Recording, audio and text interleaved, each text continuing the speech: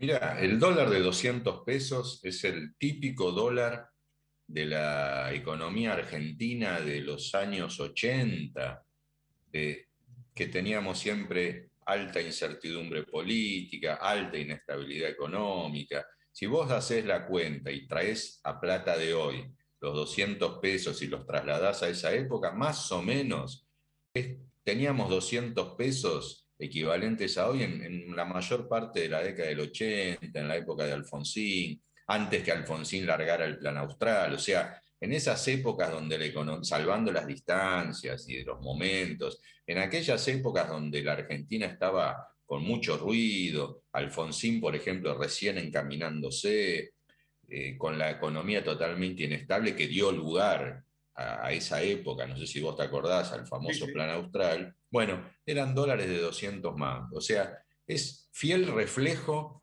de la incertidumbre política que rige hoy, con un peronismo que por primera vez en la historia, creo yo, de la democracia para acá, es una alianza, no es un movimiento detrás de un líder que todo el mundo le hace caso y que dice A y todos van para A, o dice B y todos van para B. Es una alianza rara esta del peronismo que después del 14 de noviembre, si se confirmara el resultado de la PASO, no sabemos ni para qué lado va a agarrar, si se va a mantener unida, si se va a desarmar, si se va a desconfigurar, qué va a hacer, qué rumbo va a tomar, si va a acercarse o no al final al Fondo Monetario. Todo ese ruido político raro entra en los 200 mangos. Y después está toda la economía, el tema de macroeconómico, el tema de la inflación, el tema de la restricción externa, el tema de si se exporta o no se exporta, todo ese lío se resume en el dólar de 200 mangos. Puede ser, es caro, y sí, es caro porque es un dólar que está manifestando todo esto, que decir que es caro.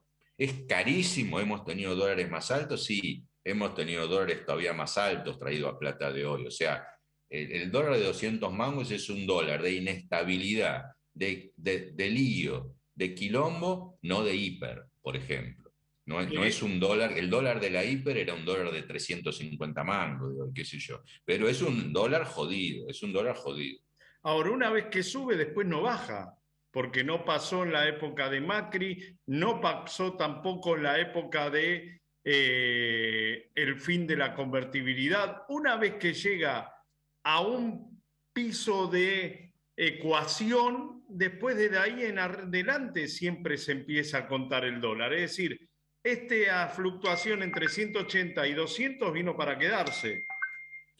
La única, o sea, te voy a decir dos cosas. A, tenés razón, es lo que la realidad está manifestando. B, en este país, en esta economía, si vos ensayaras algún mínimo esquema de política económico civilizado, emprolijador, en el paraguas de un acuerdo con el Fondo Monetario, dando alguna señal de civilización económica, ese dólar de 200 podría bajar un poco, porque está caro, es un dólar de lío, es un dólar de no programa, es un dólar de quilombo. Ahora, no, lo más probable es que no pase eso.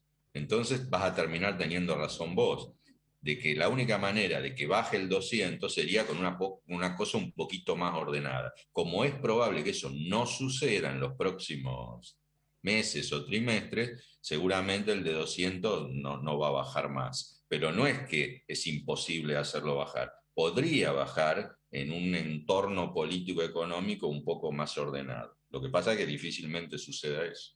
Cuando escucho y leo los análisis y las proyecciones que hacen los economistas vinculados con el Instituto Patria, uno observa que su razonamiento no parece inconexo, porque te dicen, la leche la producimos acá, la vaca la tenemos acá. ¿Por qué tenemos que tener la leche a precio dólar? Lo mismo para la carne. ¿Por qué aumentamos por las dudas? Es lo que preguntan ellos, que es imprescindible un acuerdo de precios para evitar el aumento por las dudas.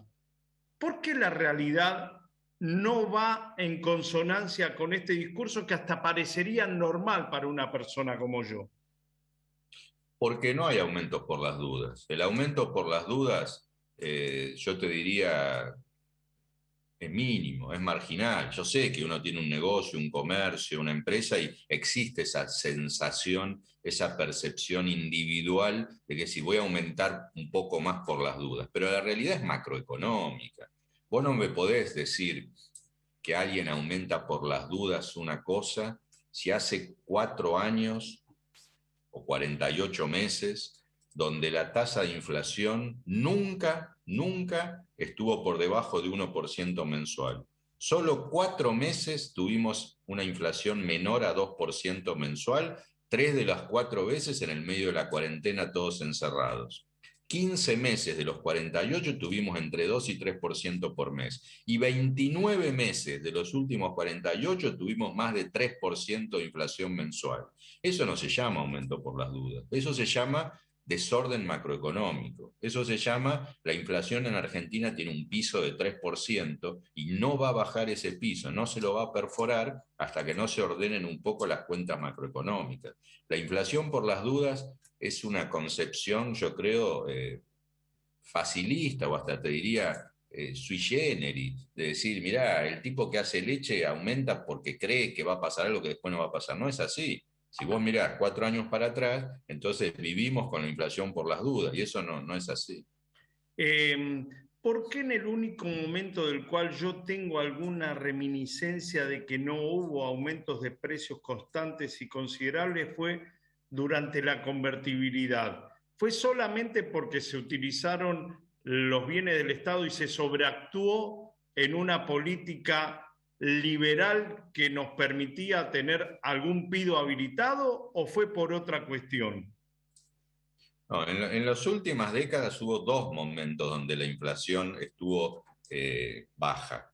Durante los años de la convertibilidad y los primeros años con el gobierno de Néstor Kirchner. Porque además de los 90, donde el promedio de inflación habrá sido, sacando el 91, que todavía venía alta, habrá Sí. sido de 2-3% por año, incluso con años de deflación, de caída de precios. Después con Néstor Kirchner, después del viandazo que tuvimos en el 2002, de 40% de inflación. Después la inflación era de un dígito anual hasta el 2005, 2006. Tuvimos 3, 4 años de inflación baja. ¿Qué cosas en común tienen los dos periodos? Bueno, yo creo que las cosas en común que tienen los dos periodos, salvando las enormes distancias de rumbo económico, de organización económica, de hacia dónde iba la Argentina, yo te diría que es medianamente cuentas macroeconómicas medianamente ordenadas, porque en la convertibilidad estaba prohibido que el Banco Central financie al gobierno, estaba prohibido por ley. Y más allá de la ley, más o menos se cumplió, salvo los primeros tiempos donde vos tenés razón y hubo mucho ingreso de privatizaciones que compensaron todavía esa transición entre la hiper y la estabilidad. Después, el gobierno estaba equilibrado, más o menos equilibrado, y el Banco Central no iba atrás del gobierno a emitirle plata. Y en los primeros años de Néstor Kirchner pasó exactamente lo mismo, más aún, el gobierno le sobraba plata, tenía superávit fiscal. O sea que ni siquiera el Banco Central tenía que estar preocupado por a ver si el gobierno iba a tocarle la puerta y a pedirle que le emitiera pesos con la maquinita. ¿Es coincidencia? No. ¿Es casualidad? No. Es una cuestión de causalidad. Cuando la economía está más o menos ordenada, llámese con Carlos Menem, llámense con Néstor Kirchner, que parecen dos polos opuestos o dos cosas totalmente antagónicas hoy en la Argentina, los dos tuvieron baja inflación porque la economía, la macroeconomía y no la inflación por las dudas, estaba más o menos ordenadita. Y así pasa en todos los países, porque ¿por qué me puede decir que Paraguay, Bolivia, con países totalmente con otro contexto económico, con otro contexto ideológico, con otro contexto social? No es que la región está. Paraguay no tiene inflación, Bolivia no tiene inflación.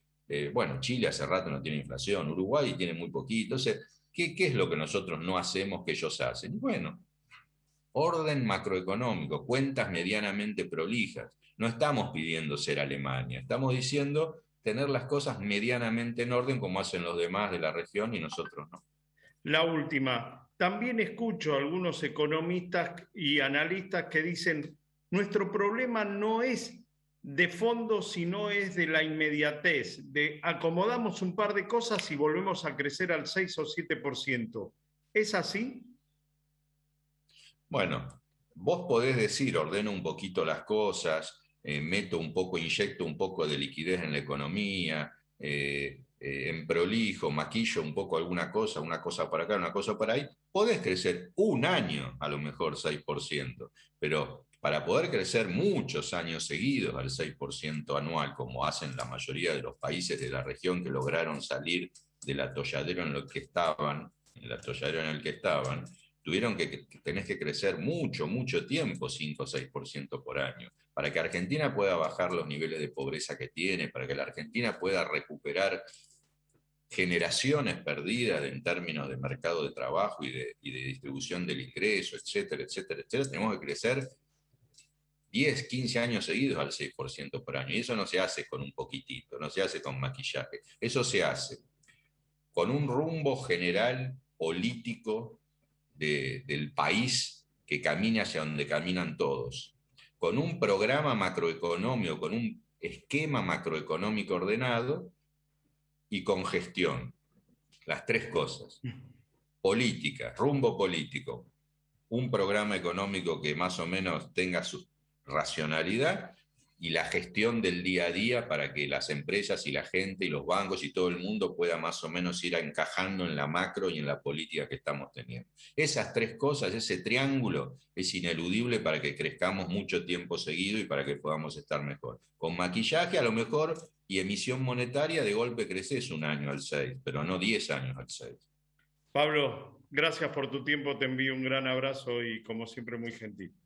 Gracias Alejandro, nos vemos la próxima.